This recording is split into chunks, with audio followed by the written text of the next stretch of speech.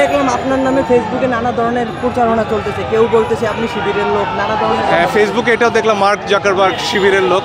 তো আমি এই সব ব্যাপারে সত্য উদ্ঘাটনের অপেক্ষায় আছি। এটা পরিষ্কারভাবে আমাদের আইন এবং সংবিধানের লঙ্ঘন। আমাদের প্রত্যেকের মত প্রকাশের সমাবেশের অধিকার আছে। এটার তো জবাব আমাদের ছাত্রছাত্রীরা অনেক আগে দিয়েছে এবং পরিষ্কারভাবেই আজকে স্বাধীনতার 50 বছর পরে কাউকে শিবির, স্বাধীনতা বিরোধী, রাজাকার এসব দিয়ে তাদের যে মূল দাবি, অধিকারের দাবি, সেখান থেকে দৃষ্টি সরানোর আসলে সুযোগ নেই।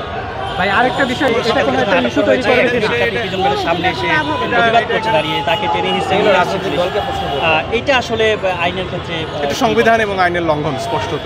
আরেকটা বিষয় বলি, এর আগেও আপনার যেসব কর্মসূচি যেখানে পালন হয়েছে সেগুলো হয়তো আইনের লঙ্ঘন বলে আপনারা বলেছেন। এক্ষেত্রে আদালত কি বলে? আদালত প্রাঙ্গণ যদি আইনের লঙ্ঘন না হয়, আদালত কি বলে সেটা শোনার জন্যই তো আমরা আদালতে গেছি। আমরা অপেক্ষা করছি আদালত কি বলে। আদালত কি জবাব দিল? জি, বিগত দিনে যে আইনের লঙ্ঘন হিসেবে আদালত কি জবাব দিল? এখন পর্যন্ত তো আমরা আদালতের কাছ থেকে কোনো জবাব পাইনি।